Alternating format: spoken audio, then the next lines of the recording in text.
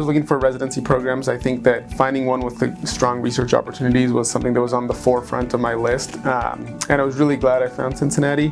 I think that we have such a breadth of research, both laboratory and clinical, that you can kind of get involved in anything you want. I knew that I wanted to continue some kind of research into my residency. I've been doing some kind of research since high school, and so when I was interviewing for residency programs, I recognized that UC had this R38 program, which is the stimulating teaching and research in residency that's funded through the NIH. I didn't feel super compelled to take a year off to go to the NIH and work, so this incorporated into the residency program is super spectacular. It's very rare, actually.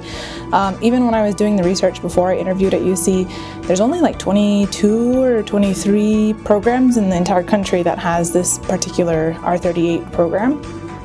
So that kind of pushed UC all the way to the top of my list. I am Dan Schauer, the Associate Program Director for Resident Research. I've been in this role since 2012 and oversee all of the research that residents perform with their mentors. Research during residency can seem to be overwhelming with all the clinical and educational demands that residents have. My job is to make sure that it's not.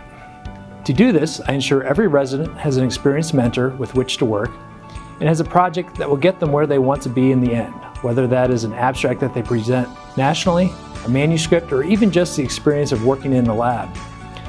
I kind of like more public health type stuff and clinical research, and as soon as I kind of got here, mentors were chomping at the bit saying, we need people for our projects, we have a lot of different ones you can join, and so I felt welcomed right away.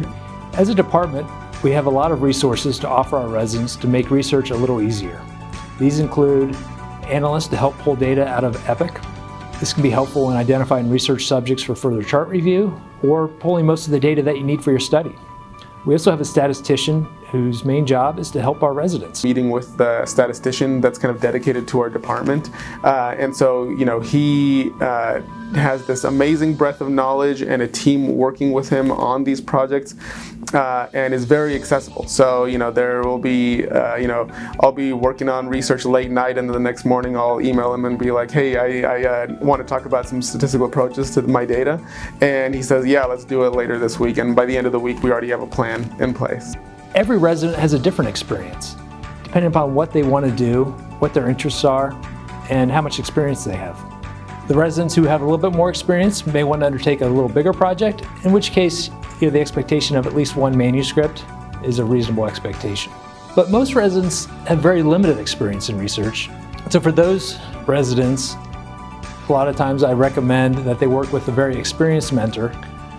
Others who have very little research experience sometimes just want to work in a research lab and see what that's like and learn some of the techniques. And that's perfectly fine too. It all depends what your goals are in the end. Our research pathway is continuing to evolve with both educational modules provided by the Academic Research Services Office and opportunities to present your work in progress to your colleagues. Over the 3 years, there's a few different opportunities for our residents to be involved in this process. This includes noon reports that happen once a month, and we talk about Journal Club, and that's led by one of our residents with mentorship from one of our research APDs. There's a research theory elective, which it's going to be something new that we start this year. It's an elective where for 2 weeks we get a group of interested residents together and we talk about all things research, including literature review, how to write an IRB protocol, etc. And then also as part of the research pathway, there's expectations that residents will they will present at least one national conference through their 3 years, and that they will present at the department meeting. The encouragement from the program to go to conferences as well.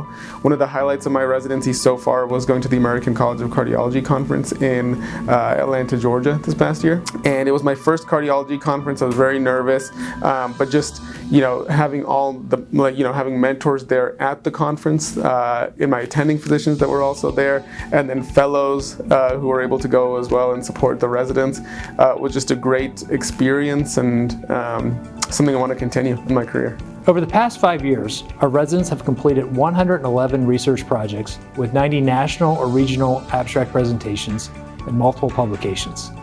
I'm very proud of them, and I'm looking forward to working with you.